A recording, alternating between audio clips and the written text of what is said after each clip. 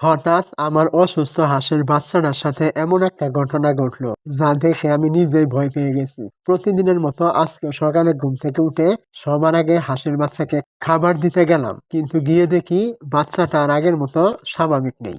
কাছে গিয়ে বুঝতে পারলাম বাচ্চাটা আর আমাদের মাঝে নেই। এই মুহূর্তটার জন্য সত্যিই মনটা অনেক খারাপ হয়ে গেল। এই হাঁসের বাচ্চাটা অনেকদিন ধরেই অসুস্থ ছিল। প্রতিদিন ওষুধ, খাবার আর যত্ন দিয়ে তাকে সুস্থ করার চেষ্টা করছি, কিন্তু কোনোভাবেই আগের মতো করতে পারিনি। তারপরে মনে একটা আশা ছিল, হয়তো ঠিক হয়ে যাবে। কিন্তু আজকে সকালে গিয়ে দেখি অবশেষে বাচ্চাটা আমাদের ছেড়ে চলেই গেল। সত্যি বলতে মনটা অনেক খারাপ হয়ে গেছে।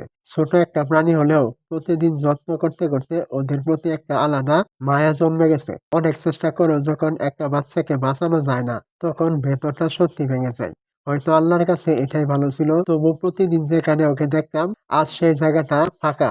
যাই হোক, জীবন মানে হয়তো এমন কিছু কষ্টের মুহূর্ত। তারপরেও বাকি হাঁসের বাচ্চাগুলোর যত্ন নিতে হবে। আপনারাও ছোট ছোট প্রাণীগুলোর জন্য দোয়া করবেন যেন বাকিগুলো সুস্থ থাকে। আজকের ভিডিও এখানেই শেষ করছি। সবাই ভালো থাকবেন। খুদা হাফেজ।